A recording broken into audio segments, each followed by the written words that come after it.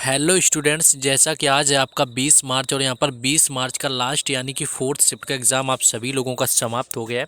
तो देखते हैं कि इस फोर्थ शिफ्ट में कौन कौन से क्वेश्चन पूछे गए थे और ये सारे क्वेश्चन जो जा रहे हैं ऊपर, ये सारे आपके फर्स्ट सेकंड और थर्ड शिफ्ट के हैं। यहाँ पर हम बात करेंगे आपके जो लास्ट यानी कि फोर्थ शिफ्ट में पूछे गए हैं। फोर्थ शिफ्ट की बात करें तो पहला क्वेश्चन जो आपका यहाँ से शुरू होता है, फोर्थ शिफ्ट में पूछा गया था कि पहला द्रोणाचार्य अवार्ड जो है यानी द्रोणाचार्य पुरस्कार 1985 में किसे मिला था। तो प्रथम विजेता की बात करें तो इस पुरस्कार के पहले प्राप्तकर्ता भालचंद्र भास्कर भागवत थे, जो कि कुश्ती के लिए मिला हुआ था। बाकी ओम प्रकाश भारद्वाज थे जिन्हें मुक्केबाजी के लिए मिला था, और OM थे नाम्बियार थे जिन्हें एथलेटिक्स के लिए मिला था। तो इन तीनों लोगों को 1985 में द्रोणाचार्य अवार्ड से सम्मानित किया गया था। 1985 में जो कि पहले विजेता रहे द्रोणाचार्य पुरस्कार के। तो इनमें से जो भी आपको ऑप्शन में दिया हो, भालचंद्र भास्कर भागवत या प्रकाश भारद्वाज या OM नाम्बियार, तो इन लोगों में से किसी एक का आपको ऑप्शन में दिया होगा जो कि राइट आंसर था। इन्हें आपका 1985 में पहला द्रोणाचार्य पुरस्कार दिया गया था। नेक्स्ट क्वेश्चन था कि भगवंत मान सिंह मुख्यमंत्री बनने से पहले क्या था। अगर बात करें तो ये कॉमेडी, यहाँ पर कॉमेडी करते थे यानी स्टैंड अप कॉमेडियन थे एक तरह के। तो भगवंत मान सिंह सियासत में आने से पहले कॉमेडी परफॉर्मर के तौर पर भी शोहरत हासिल की हुई है। यूथ कॉमेडी फेस्टिवल और इंटर कॉलेज जो कॉमेडी कॉम्पिटिशन में वे कॉमेडी टैलेंट को दिखा चुके हैं। मशहूर show great Indian laughter challenge में भी वो अपनी कॉमिक प्रस्तुतियों से अपना लोगों को यहाँ पर इंटरटेन करते रहे। तो भगवान मान सिंह जो है कॉमेडियन थे पंजाब के मुख्यमंत्री बनने से पहले, जो कि 2022 में आम आदमी पार्टी से पंजाब के मुख्यमंत्री बन गए हैं। नेक्स्ट क्वेश्चन ये था कि पुरुष एशिया कप 2022 में कहाँ पर आयोजित हुआ था। अगर पुरुष एशिया कप की बात करें कि 2022 में कहाँ आयोजित हुआ, तो ये संयुक्त अरब अमीरात में आयोजित हुआ था पुरुष एशिया कप 2022। इससे पहले ये श्रीलंका में आयोजित होना था, लेकिन श्रीलंका की आर्थिक राजनीतिक स्थिति को देखते हुए SCC जो थी उन्हें एशिया कप 2022 में आयोजित जो करने का निर्णय है वो संयुक्त अरब अमीरात में लिया गया था। तो ये संयुक्त अरब अमीरात में आयोजित हुआ था एशिया कप 2022। लगातार आपके 2 से 3 क्वेश्चन सेम आपके इस शिफ्टों में इसी से रिलेटेड एशिया कप से पूछ लिए गए। एक विजेता भी आपका थर्ड शिफ्ट में पूछा गया था। तो घुमा फिरा के क्वेश्चन उसी तरह से यहाँ पे अभी तक पूछ लिए गए हैं। नेक्स्ट क्वेश्चन था कि मुस्लिम लीग ने कब अलग देश की मांग की हुई थी। तो 1940 इसका राइट आंसर हो जाएगा। मुस्लिम लीग ने 1940 में एक अलग पाकिस्तान राज्य की मांग की हुई थी। यह 1940 तक नहीं था कि लीग ने नए मुस्लिम राष्ट्र के गठन का आह्वान किया था जो मौजूद भारत से अलग होगा। मुस्लिम लीग को डर था कि स्वतंत्र भारत में हिंदुओं का वर्चस्व होगा, इसलिए मुस्लिम लीग ने क्या किया कि 1940 में एक अलग देश बनाने की यानी पाकिस्तान बनाने की मांग की हुई थी। तो 1940 इसका राइट आंसर हो जाएगा, जो कि मुस्लिम लीग ने मांग की हुई थी।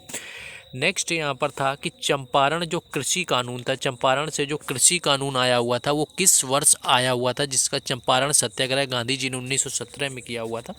तो जो कृषि कानून से रिलेटेड पूछा गया था तो इसका सही उत्तर 1918 हो जाएगा, 1918 हो जाएगा।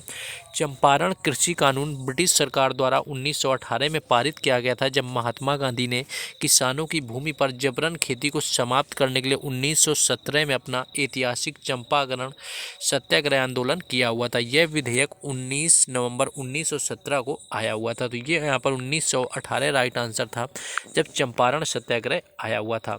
नेक्स्ट क्वेश्चन देखेंगे, लेकिन उससे पहले जिन लोगों ने अभी तक भी वीडियो को लाइक और चैनल को सब्सक्राइब न किया हो तो सपोर्ट के लिए एटलीस्ट चैनल को सब्सक्राइब करें, क्योंकि हर एग्ज़ाम से रिलेटेड हर शिफ्ट का एनालिसिस यहाँ पर आपको मिलता है और हर एग्ज़ाम की प्लेलिस्ट बनी हुई है। आप जाकर के किसी भी दिन का किसी भी शिफ्ट का एनालिसिस देख सकते हैं। बाकी ये चारों शिफ्टें हो गई हैं। इन सारे शिफ्टों में जितने भी क्वेश्चन पूछे गए उन सारे शिफ्टों के क्वेश्चन आप सभी लोगों को टेलीग्राम चैनल और व्हाट्सएप ग्रुप में फ्री में दे दिए जाएंगे भी PDF में।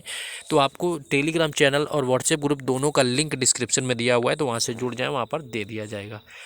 क्वेश्चन देखते हैं कि स्टार्टअप इंडिया जो है आपकी स्कीम वो कब शुरू हुई थी। तो स्टार्टअप इंडिया जो स्कीम थी काफ़ी रिपीटेड क्वेश्चन है SSC का। 16 जनवरी 2016 को बैंक वित्त प्रदान करके भारत को स्टार्टअप बढ़ाने के लिए की गई थी। तो 16 जनवरी यहाँ पर 16 में की गई थी। स्टार्टअप इंडिया की जो पहल की घोषणा है वो 15 अगस्त 2015 को भारत के माननीय प्रधानमंत्री के द्वारा की गई थी। इसका प्रमुख जो पहल था उद्देश्य में नवाचार और स्टार्टअप को बढ़ावा देने के लिए मजबूत इकोसिस्टम का निर्माण करने के लिए किया गया था। नेक्स्ट क्वेश्चन यहाँ पर पूछा गया था ये कि एशिया की सबसे बड़ी ताज़े पानी की झील कौन सी। अगर पूरे एशिया की बात करें तो सबसे ताज़े पानी की झील जो है वूलर झील यहाँ पर राइट आंसर हो जाएगा। वूलर झील एशिया की सबसे बड़ी ताज़े पानी की झीलों में से एक है और ये जम्मू कश्मीर और जम्मू में बांदीपोरा ज़िले में स्थित है। तो जम्मू कश्मीर में है वूलर झील और एशिया की सबसे बड़ी ताज़े पानी की झील मानी जाती है। नेक्स्ट आगे देखेंगे। नेक्स्ट एक खमीर के फर्टिलाइजेशन से रिलेटेड आया हुआ था कि किस प्रकार से खमीर का फर्टिलाइजेशन किया जाता है।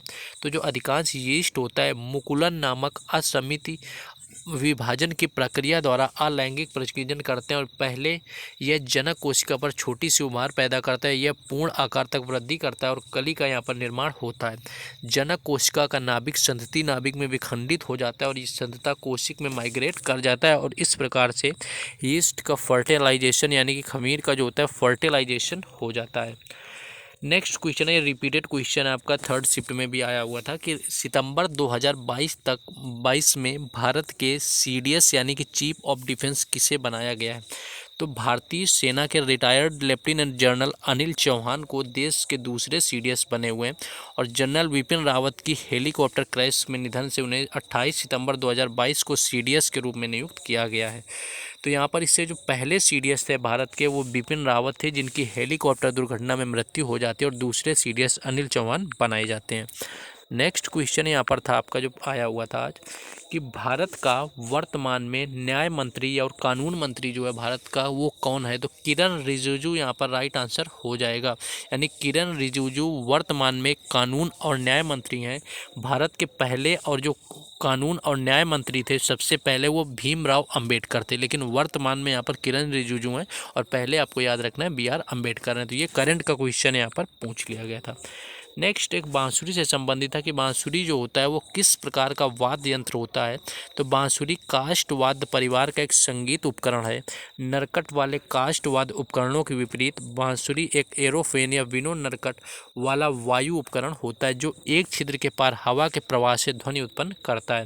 हॉर्न बोस्टल सेस्म के उपकरण वर्गीकरण के अनुसार बांसुरी को तीव्र आघात एरोफेन के रूप में वर्गीकृत किया जाता है।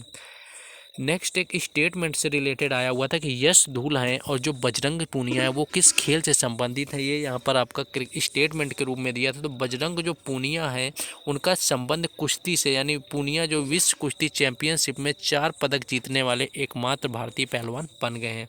वहीं अगर विजय धूल यानी विजय धूल की बात करें तो एक भारतीय क्रिकेट खिलाड़ी हैं जिन्होंने फरवरी 2022 में रणजी ट्रॉफी 2021-22 में दिल्ली क्रिकेट टीम के लिए प्रथम श्रेणी क्रिकेट में पदार्पण किया और एक सलामी बल्लेबाज के रूप में शतक बनाया हुआ था। तो ये दोनों स्टेटमेंट सही थे क्योंकि बजरंग पूनिया का संबंध कुश्ती से है और यश धूल का संबंध यहाँ पर आपका क्रिकेट से है।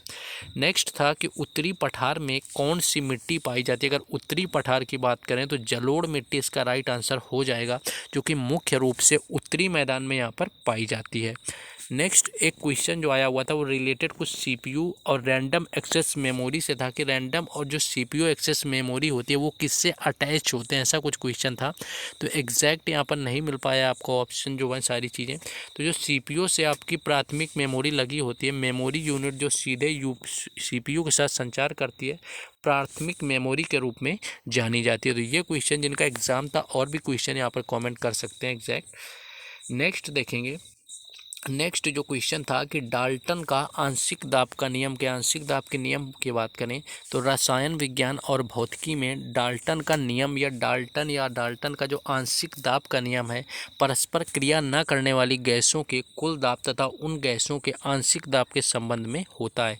और इस नियम के अनुसार जो है परस्पर क्रिया न करने वाली गैसों का कुल दाब उन गैसों के आंशिक दाबों के योग के बराबर होता है। ये होता है डाल्टन का आंशिक दाब का नियम, जो कि यहाँ पर पूछा गया था। यहाँ पर आपके केमिस्ट्री से, फिजिक्स के जो लॉ है आपका, इससे पूछ लिया गया था। नेक्स्ट, एक कुछ लैटराइट जो सॉइल होती है यानी लैटराइट मिट्टी से रिलेटेड कुछ कथन संबंधित आया हुआ था, वो क्वेश्चन यहाँ पर पूरा नहीं मिल पाया। नेक्स्ट क्वेश्चन यहाँ पर कर से था कि प्रत्यक्ष कर हैं जो वो कौन कौन से होते हैं। अगर प्रत्यक्ष कर की बात करें तो प्रत्यक्ष कर में आयकर, कारपोरेट कर, संपत्ति कर, भाग कर और उपहार कर, ये जो सारे कर होते हैं या प्रत्यक्ष कर से शामिल होते हैं। तो ये आपके प्रत्यक्ष कर हैं, जो कि यानी कि जिन्हें डायरेक्ट टैक्स के नाम से जानते हैं। तो ये था कुछ आपका 20 मार्च फोर्थ शिफ्ट यानी लास्ट शिफ्ट का एनालिसिस, जो भी क्वेश्चन मिल पाए बताने का प्रयास किया। तो चलिए, जिसने चैनल को सब्सक्राइब ना किया हो सब्सक्राइब कर दें और वीडियो को लाइक कर दें। बाकी जो है इन क्वेश्चन का आपका PDF है, जिनको लेना है आपको टेलीग्राम चैनल और व्हाट्सएप ग्रुप दोनों पर डाल दिया जाता है। तो वहाँ पर जाकर के आपको सिर्फ डिस्क्रिप्शन में लिंक दिया है, ऐड हो जाना है। तो इन सारे क्वेश्चंस का PDF वहाँ पर सभी को डाल दिया जाएगा, तो वहाँ से ले सकते हैं। चलिए मिलते हैं कल फिर से फर्स्ट स्टेप के एनालिसिस में। जय हिंद।